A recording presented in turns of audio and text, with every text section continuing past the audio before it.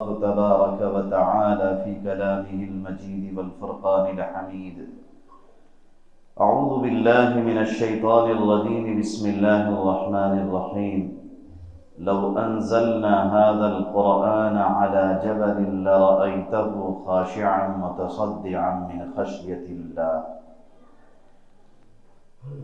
وقال النبي صلى الله عليه وسلم: من سلك طريقا يلتمس فيه علما سهل الله له به طريقا إلى الجنة.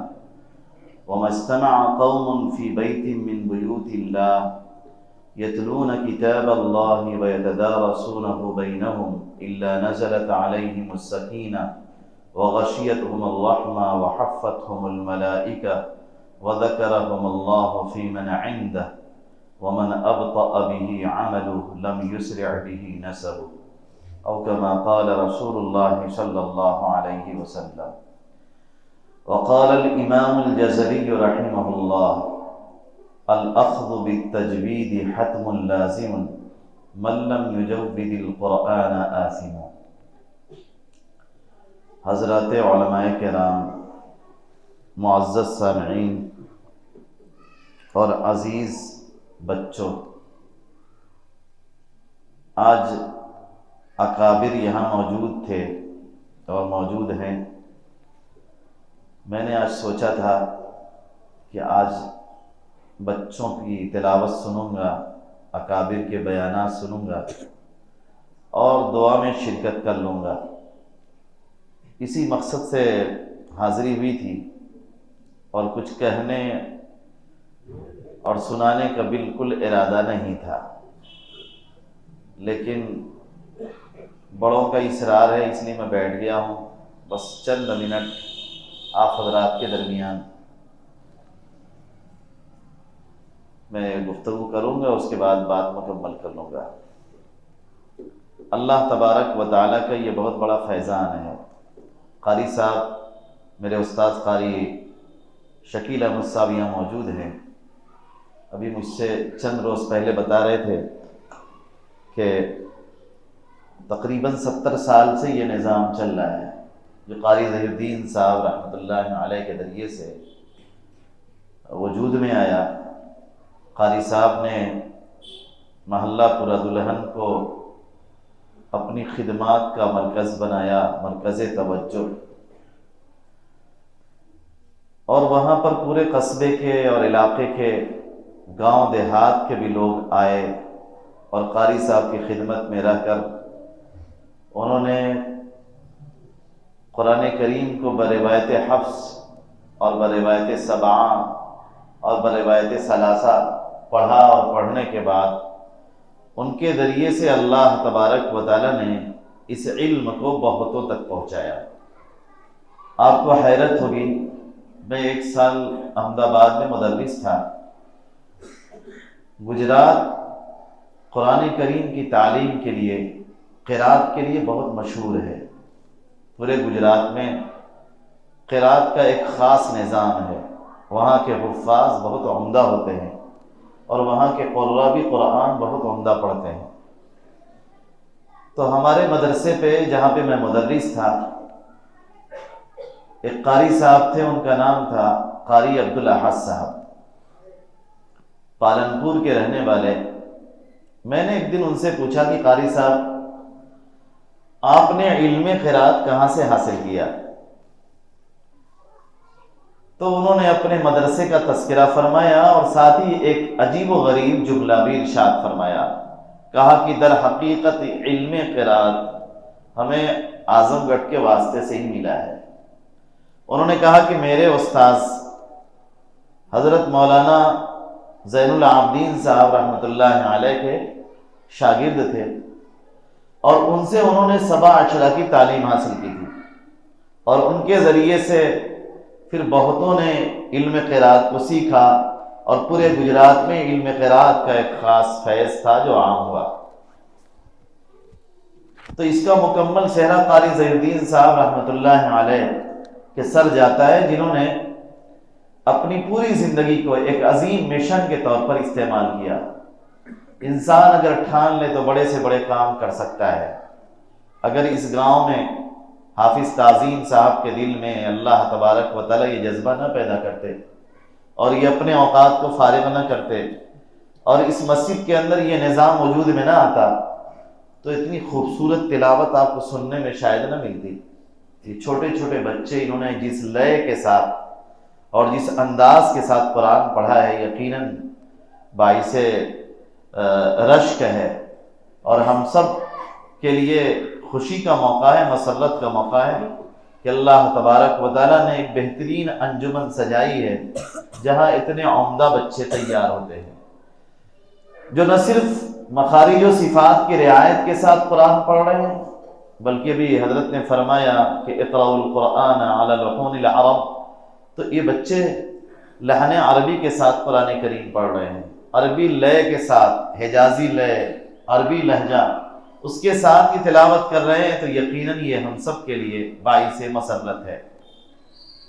اور ان مساجد کی بڑی خدمات ہیں، جہاں جہاں پورے قصبے میں کسی بھی محلے کے اندر قرآن کریم کی تجوید کا یہ نظام قائم ہے، خواہ وہ پورا دلہن ہو، سرائیاں ہو، نوادہ ہو، رسول پور اور پورا صوفی اور پورا رانی، جہاں جہاں یہ نظام، اسلام پورا اور آپ کے شہید نگر، اس کا ایک خاص فائدہ ہے کہ بہت سارے بچے جو مغرب بعد لوگوں میں کھیلا کرتے ہیں، جا کر ادھر ادھر گھومتے ہیں، وہ مغرب کے بعد فارغ ہوتے ہیں پڑھنے کے لیے، اور مغرب کی نماز کے بعد ہر طرح کی خرافات اور تمام تر گناہوں سے بچ جاتے ہیں اور ایک بہترین مشغلے سے اللہ تعالیٰ انہیں وابستہ رکھتے ہیں کہ مغرب کی نماز آ کر مسجد میں پڑھی اور نماز کے بعد عشاء تک پڑھتے رہے،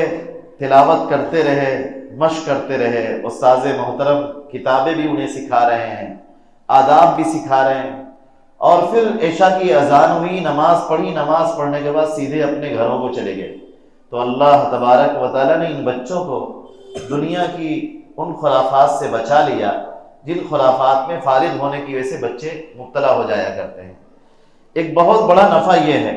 دوسرا نفع یہ ہے کہ میں آج کل دیکھ رہا ہوں کہ چھوٹے چھوٹے بچے قاری قرآن بن رہے ہیں جن کی عمریں بھی 7-8 سال ہے، 9 سال ہے، 10 سال ہے۔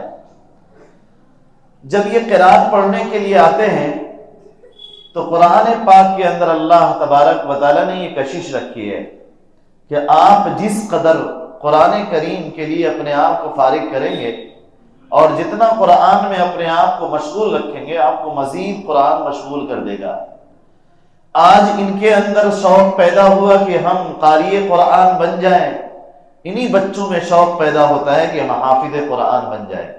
آج قصبے میں جو حفاظ کی کثرت ہو رہی ہے، ہر سال بہت بڑی تعداد میں بچے حافظ قرآن بن جا رہے ہیں، یہ انہی مسجدوں کی برکت ہے۔ اس سال بھی میں دیکھ رہا ہوں ہمارے یہاں مدرسے پہ 47 بچے حافظ قرآن بن رہے ہیں۔ یہ ان درسگاہوں کا اور ان مسجدوں کا فیض ہے کہ یہی بچے جن کے دلوں کے اندر ایک جذبہ اٹھا تھا کہ ہم قرآن کریم صحیح پڑھ لیں، اللہ تبارک و تعالیٰ نے ان میں شوق پیدا کیا کہ آپ حافظ قرآن بھی بن جائیے۔ اور اس زمانے میں جب علوم دینیہ سے بیزاری ہے، لوگوں نے اپنے بچوں کو عالم بنانا چھوڑ دیا ہے، یہی مسجدوں میں پڑھنے والے بچے عالم دین بھی بن رہے ہیں، درسگاہوں میں داخلہ لے رہے ہیں اور عربی تعلیم بھی حاصل کر رہے ہیں، اور ایک مدت کے بعد وہ عالم دین بن کر نکل رہے ہیں۔ تو ان مسجدوں کے نظام سے پورے محلوں کے اندر ایک خصوصی فضا قائم ہوتی ہے۔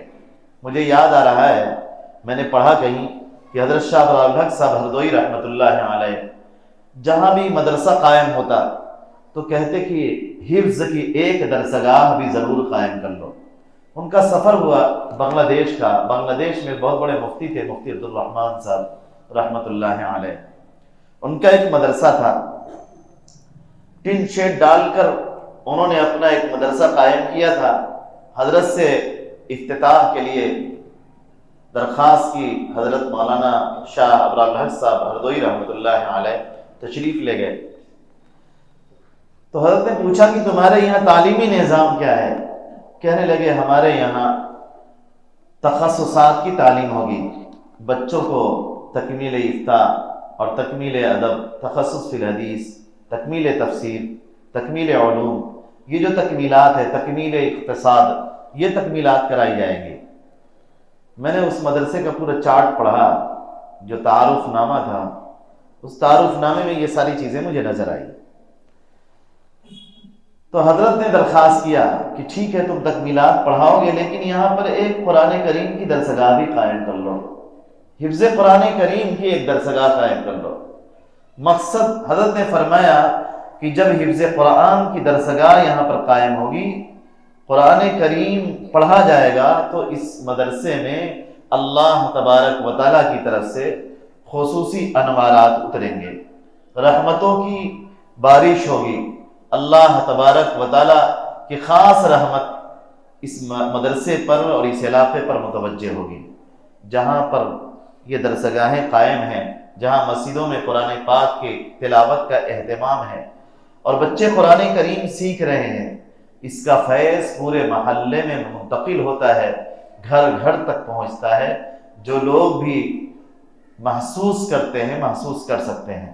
آپ مبارک پور آئے ہیں، بیٹھے ہیں، مبارک پور ہی کے رہنے والے، مبارک پور سے باہر ذرا جائیے، جہاں پر یہ نظام نہیں ہے آپ کو ایک ویرانی سی نظر آئے گی، اور جہاں پر قرآن کریم پڑھا جاتا ہے، قرآن پاک کی تلاوت ہوتی ہے، قرآن پاک کا شغف ہوتا ہے، وہاں پر اللہ تبارک و تعالیٰ کی طرف سے ایک خاص انوار نازل ہوتے ہیں، اور ایک خاص طرح کے انوار نازل ہوتے ہیں، اور لوگوں کے اندر ایک قرآن کریم کے ساتھ، دین کے ساتھ ایک خصوصی ربط پیدا ہو جاتا ہے۔ اس لیے ان مدارس میں قرات کی تعلیم کا وجود ہم سب کے لیے باعث خیر و برکت ہے۔ اللہ تبارک و تعالیٰ سے دعا فرمائیں کہ اللہ تعالیٰ اس سلسلے کو مزید فروغ دیں، اور اللہ تبارک و تعالیٰ اس سلسلے کو مزید دراز فرمائیں اور اس میں مزید خیر و برکت عطا فرمائیں۔ وہ حضرات قابل مبارکباد ہیں جو لوگ اپنے اوقات کو فارغ کرتے ہیں اور فی سبیل اللہ ان بچوں کو درسگاہوں میں بیٹھ کر پڑھاتے ہیں۔ مدرسے میں پڑھانے والے، اسکولوں میں پڑھانے والے اپنے اوقات کو ضرور فارغ کرتے ہیں تعلیم کے لیے، لیکن اس کے لیے ان کو تنخواہیں دی جاتی ہیں۔ یہ حضرات مغرب کی نماز کے بعد، عصر کی نماز کے بعد، فجر کی نماز کے بعد بچوں کو لے کر بیٹھتے ہیں مسجدوں میں، کوئی تنخواہ نہیں لیتے، بلکہ ان بچوں پر کچھ چائے پلا دیا اور دوسرے اخراجات بھی کیا کرتے ہیں، بغیر کسی معاوضے کے اپنے اوقات کو فارغ کر کے ان بچوں کو تیار کرتے ہیں۔ یہ ان کی بہت بڑی خدمت ہے۔ اللہ تعالیٰ اخلاص کی دولت عطا فرمائے اور اللہ تبارک و تعالیٰ ان حضرات کی خدمات کو قبول فرمائے۔ یہ جو سلسلہ قائم ہے، یہ سلسلہ ہمارے لیے یقیناً لائق مبارکباد ہے۔ اللہ تبارک و تعالیٰ نے قرآن کریم کی عظمت کو بیان کیا ہے۔ قرآن عظیم کتاب ہے، قرآن سے زیادہ عظمت والی کوئی کتاب نہیں آئی۔ یہ اللہ کا کلام ہے، قرآن پاک اللہ پاک کا کلام ہے، اور اللہ کا فضل ہے کہ اللہ کا کلام جو اس کی صفت ہے یہ ہماری زبانوں سے جاری ہو رہی ہے۔ اللہ کا کلام ہماری زبانوں سے نکل رہا ہے، ہم اللہ کے کلام کی تلاوت کر رہے ہیں، پڑھ رہے ہیں، یہ اللہ تبارک و تعالیٰ کا انعام ہے۔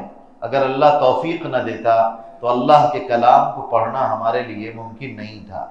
اللہ پاک نے ہی توفیق عطا فرمائی کہ اللہ پاک کی پاک کتاب کو ہم اپنی گناہگار زبانوں سے پڑھتے ہیں۔ یہ اللہ تبارک و تعالیٰ کا بہت بڑا انعام ہے۔ اللہ تبارک و تعالیٰ نے اس قرآن کی عظمت کا تذکرہ تو قرآن میں جا بجا فرمایا، لیکن جو آیت کریمہ میں نے پڑھی ہے، اس آیت میں اللہ تبارک و تعالیٰ نے ایک خاص انداز سے قرآن کریم کی عظمت کو ظاہر کیا ہے۔ قرآن کریم کس قدر باوزن ہے کہ اللہ تعالیٰ فرما رہے لو انزلنا هذا القرآن على جبل، اگر یہ قرآن کریم ہم کسی پہاڑ پر نازل کرتے لرأيته خاشعا متصدعا من خشية اللہ، تو آپ دیکھتے کہ پہاڑ جھک جاتا، پہاڑ میں شگاف آ جاتے، اللہ کے خوف کی بنیاد پر، اللہ کے خوف کی وجہ سے، خشیت الہی کی بنیاد پر پہاڑ بھی اس قرآن کریم کے بوجھ کو برداشت نہ کر پاتا۔ ہمارے ان چھوٹے چھوٹے ننھے ننھے بچوں کو اللہ تعالیٰ نے یہ توفیق دی کہ اللہ پاک کی کتاب کو پڑھیں، اپنے سینے میں محفوظ کریں، اس کو سجائیں، یہ اللہ تبارک و تعالیٰ کا بہت بڑا انعام ہے۔ لیکن اس کا تقاضا یہ بھی ہے کہ ہمارے دل میں خوف الہی پیدا ہو، ہم اللہ سے ڈرنے والے بن جائیں۔ قرآن کریم کے بارے میں جناب نبی کریم صلی اللہ علیہ وسلم سے دریافت کیا گیا، یا رسول اللہ سب سے اچھی آواز کس کی ہے؟ آپ نے فرمایا جو شخص قرآن کی تلاوت کر رہا ہے اور تمہیں دیکھ کر یہ لگے کہ اللہ سے ڈر رہا ہے، خشیت الہی، قرآن پڑھنے میں اللہ کا خوف ہمارے دلوں میں پیدا ہو، اللہ کی عظمت کا استحضار ہو، اللہ کے خوف کے ساتھ، خشیت کے ساتھ قرآن پاک کی تلاوت کریں۔ اور جناب نبی کریم صلی اللہ علیہ وسلم نے حدیث بیان فرمائی، جو بھی حضرت نے پڑھا تھا کہ من لم یتغن بالقرآن فلیس منا، جو قرآن کریم کو سنوار کر نہ پڑھے وہ ہم میں سے نہیں ہے۔ اس کا ایک مفہوم یہ بھی بیان کیا گیا کہ جو قرآن کریم کو پڑھے اور اس کے اندر غم کی کیفیت طاری نہ ہو، حزن و ملال کی کیفیت طاری نہ ہو، حزن اس کے اندر پیدا نہ ہو، تو ہم میں سے نہیں ہے۔ ایک مفہوم یہ بھی بیان کیا گیا ہے۔ ہمیں چاہیے قرآن کریم کو اللہ کے خوف اور خشیت کے ساتھ پڑھیں۔ ہمارے ایک استاذ ہیں ابھی گرینی میں، میں نے ان سے پڑھا، قاری شریف صاحب دامت برکاتہم، مجھے اچھی طرح یاد ہے کہ جب وہ قرآن پڑھتے تھے تو ان کا رواں رواں کھڑا ہو جاتا تھا۔ ہم لوگ مشق کراتے تھے ترتیب، جب پڑھتے تھے میں دیکھتا تھا ان اللہ علی کل شیء قدیر، ایسے انداز سے، اس لئے سے انہوں نے پڑھا کہ آج تک زندگی میں میں نے ایسے پڑھتے ہوئے کسی کو نہیں سنا۔ بڑے نیک صالح اور بزرگ ہیں، کافی عمر ہے، تو پڑھتے تھے، ضعیف ہو چکے ہیں۔ ان اللہ علی کل شیء قدیر، تو اس عظمت کے ساتھ انہوں نے اس کو ادا کیا کہ میں نے دیکھا قاری صاحب کا رواں رواں کھڑا ہے اور ایک خاص طرح کا خوف اور خشیت اندر سے نکل رہا ہے اور محسوس ہو رہا ہے۔ ایسا ہمیں قرآن کریم پڑھنا چاہیے۔ یہ اللہ پاک کی کتاب ہے، اللہ کا کتنا فضل ہے کہ اللہ تعالیٰ نے ہمارے لیے آسان فرما دیا کہ ہم اس کو پڑھ رہے ہیں۔ امام غزالی رحمۃ اللہ علیہ فرماتے ہیں یہ خود ایک معجزہ ہے کہ اللہ کا کلام انسان ادا کر رہا ہے، اللہ کے کلام کو انسان اپنی زبان سے ادا کر رہا ہے۔ یہ اللہ تبارک و تعالیٰ کا بہت بڑا انعام ہے۔ ایک ناممکن سی چیز کو اللہ تعالیٰ نے ہمارے لیے ممکن بنا دیا ہے۔ اسی لیے آپ دیکھیں گے کہ نبی علیہ السلام پر جب پہلی وحی اتری اور اس کے بعد کی وحی جب اترتی تھی تو اللہ کے نبی صلی اللہ علیہ وسلم پر ایک خاص طرح کا دباؤ محسوس ہوتا تھا، آپ بہت زیادہ بوجھ محسوس کیا کرتے تھے، اس لیے کہ یہ کتاب بہت عظیم ہے، یہ عظمت والی کتاب۔ اس کا حق یہ ہے کہ اس کے لیے وقت لگایا جائے۔ ابھی حضرت نے فرمایا کہ ہمیں چاہیے کہ اپنے اوقات کو فارغ کریں، اور چھوٹی عمر والے بچے تو پڑھ ہی رہے ہیں۔ قاری ظہیر الدین صاحب رحمۃ اللہ علیہ نے یہ جو درسگاہ قائم کی تھی، اس کا مقصد کسی خاص عمر کے لوگوں کو نہیں پڑھانا تھا، بلکہ تمام مسلمانوں کو پڑھانا تھا۔ جو لوگ بھی مسلمان ہیں، کلمہ گو ہیں، قرآن پڑھنے والے ہیں، وہ قرآن کریم کو صحیح پڑھنے والے بن جائیں۔ اسی مقصد کے لیے قاری صاحب نے یہ درسگاہ قائم کی تھی، اور 50 سال 60 سال 70 سال کے لوگ ان درسگاہوں میں آئے ہیں اور انہوں نے وقت گزارا۔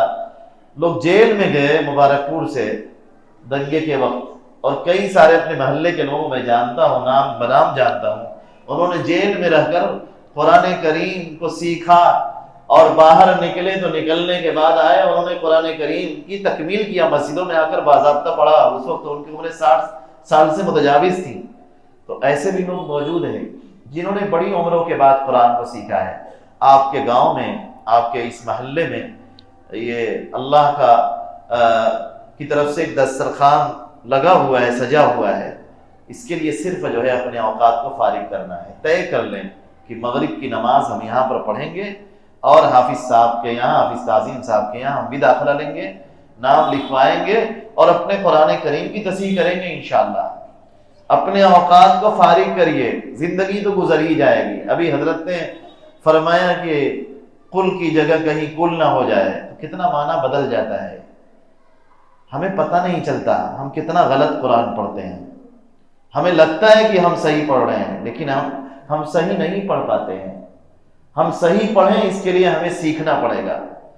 جو بھی کام ہم کرنا چاہتے ہیں اس کو سیکھتے ہیں، اس کے لیے وقت لگاتے ہیں۔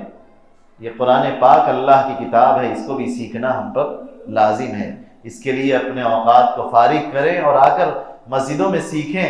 امام جزری رحمۃ اللہ علیہ کا شعر میں نے پڑھا، الاخذ بالتجوید حتم لازم من لم یجود القرآن عاصم، کہ تجوید سیکھنا ہر مسلمان پر لازم اور ضروری ہے۔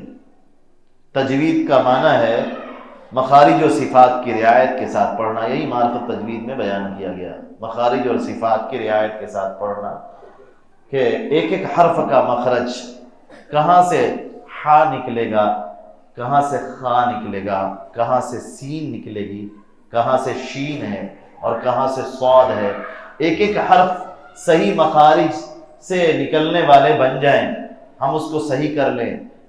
اور حروف کی جو صفات ہیں کہ بعض کے اندر صفت مستعلیہ ہے اور کسی میں صفت اذلاق ہے، یہ ساری صفات، کسی میں صفت اسمات ہے، یہ ساری صفات، قلقلہ ہے اور دوسری چیزیں، کہیں جہر ہے، کہیں رخوہ ہے، کہیں شدت ہے، وہ ساری چیزیں ان بچوں کو سکھائی گئی ہیں۔ آج جو ان کے اندر حسن پیدا ہوا ہے ان صفات کی رعایت کی وجہ سے پیدا ہوا ہے۔ اور تیسری چیز ہے معرفت الوقوف، وقف کہاں پر کرنا ہے، کہاں پر نہیں کرنا۔ آپ دیکھے ہوں گے اس میں قرآن کریم کے اندر کہیں طا لکھا رہے گا، کہیں جیم ہے اور کہیں صل ہے، اور مختلف رموز لکھے ہوئے ہیں، اور رموز بھی ان بچوں کو سکھائے گئے ہیں۔ کہیں پر میم لکھا ہوا ہے، اس کا ایک خاص مطلب ہے، کہاں پر ٹھہرنا ہے اور کہاں پر نہیں ٹھہرنا ہے، اور سکتہ کسے کہتے ہیں، وقفہ کسے کہتے ہیں، روم کس کو کہتے ہیں، اشمام کسے کہتے ہیں، یہ ساری چیزیں ان بچوں کو سکھائی گئی ہیں۔ آپ کو بھی چاہیے کہ اپنے اوقات کو فارغ کریں، نہیں کریں گے تو گناہگار ہوں گے۔ ضیاء القرآت کے غالباً پہلے یا دوسرے صفحے پر ہی لکھا ہوا ہے، پہلے صفحے پہ، کہ اگر کوئی شخص تجوید کے ساتھ، تجوید کی رعایت کے ساتھ قرآن پاک نہ پڑھے تو گناہگار ہوگا، وہ صاف صاف لکھا ہوا ہے۔ اور اللہ تبارک و تعالیٰ کے یہاں اگر عذر پیش کریں گے تو عذر قابل قبول نہیں ہوگا۔ یہ صاحب ضیاء القرآت نے لکھا ہے ضیاء القرآت کے اندر، اور میں سمجھتا ہوں کہ علامہ جزری کے شعر کا ہی یہ ترجمہ ہے جو امام جزری رحمۃ اللہ علیہ نے کہا ہے کہ الاخذ بالتجوید حتم لازم من لم یجود القرآن عاصم، کہ تجوید کے ساتھ قرآن کریم پڑھنا، تجوید سیکھنا ہر مسلمان پر لازم اور ضروری ہے۔ جو تجوید کی رعایت کے ساتھ قرآن نہ پڑھے وہ گناہگار ہے۔ تو ہمیں چاہیے کہ اپنے آپ گناہوں سے بچائیں۔ قرآن کریم کی تلاوت ماشاءاللہ بہت سارے لوگ کرتے ہیں، اس مسجد میں دیکھتا ہوں بوڑھے بوڑھے لوگ ہیں جو بہت زیادہ قرآن پاک کی تلاوت کرتے ہیں۔ جب آئیے مسجد میں تو کچھ نہ کچھ لوگ قرآن کی تلاوت کرتے ہیں، یہاں پر نظر آتے ہیں۔ اس مسجد کا خاص ماحول ہے جو قصبے میں ایک ممتاز اور اچھا ماحول ہے، الحمدللہ، اللہ اس کو مزید فروغ دے۔ ان لوگوں کی ذمہ داری ہے قرآن کریم صحیح کر لیں، اس درسگاہ میں داخلہ لے لیں۔ امام غزالی رحمۃ اللہ علیہ سے پوچھا گیا کہ حضرت آپ اتنے بڑے عالم کیسے بنے؟ فرمایا علم حاصل کرنے میں نے کبھی شرم نہیں کیا، تو علم حاصل کرنے سے شرم ہمارے لیے معنی نہ بن جائے، حیا کی وجہ سے سیکھنا ہم روک نہ دیں گے۔ ابھی لوگ کیا کہیں گے کہ دیکھیے 50 سال کے ہو گئے، 60 سال کے ہو گئے اور پوتے پوتی والے ہو گئے اور بیٹھ کے جو ہے سیکھ رہے ہیں۔ نہیں، لوگ ہنسا کریں اور کہا کریں، کوئی نہیں ہنسے گا، ہمیں ایسا محسوس ہوتا ہے ہم سیکھیں گے تو لوگ رشک ہی کریں گے، اور ہو سکتا ہے آپ کی عمر زیادہ ہے، داڑھی کے بال سفید ہیں، آپ کو دیکھ کر دوسرے لوگ بھی آ کر داخلہ لے لیں تو کتنا فائدہ ہوگا۔ اس لیے آپ داخلہ لیجئے۔ اور ایک حدیث میں نے پڑھی ہے، بس اسی کا ترجمہ کر کے بات مکمل ہے، کہ جناب نبی کریم صلی اللہ علیہ وسلم نے فرمایا، ان بچوں کے لیے یہ حدیث ہے، اور یہاں پر جو داخلہ لینے والے ہیں، جو آ کر پڑھتے ہیں، ان کے لیے حدیث ہے۔ جناب نبی کریم صلی اللہ علیہ وسلم نے فرمایا، من سلک طریقا یلتمس فیہ علما سہل اللہ لہ بہ طریقا الی الجنہ، کہ جو شخص علم حاصل کرنے کے لیے کوئی راستہ طے کرتا ہے تو اللہ تعالیٰ ان کے لیے جنت کا راستہ آسان فرما دیتے ہیں۔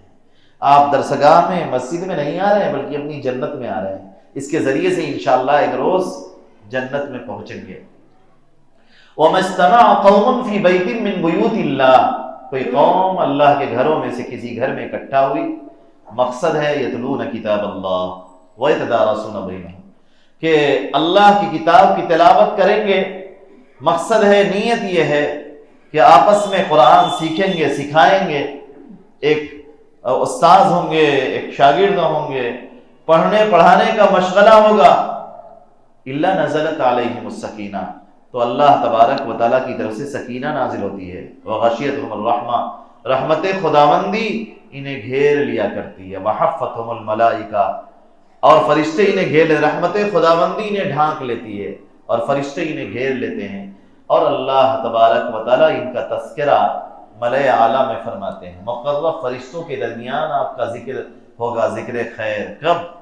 جب آپ مسجد میں داخلہ لیں گے۔ کون نہیں چاہتا ہے کہ میرا اللہ کے یہاں تذکرہ ہو؟ چاہتے ہیں کہ نہیں؟ چاہتے ہیں نا؟ اس لیے جو ہے بہت آسان ہے، داخلہ لیجئے اور اللہ تبارک و تعالیٰ کے یہاں انشاءاللہ ذکر خیر شروع ہو جائے گا۔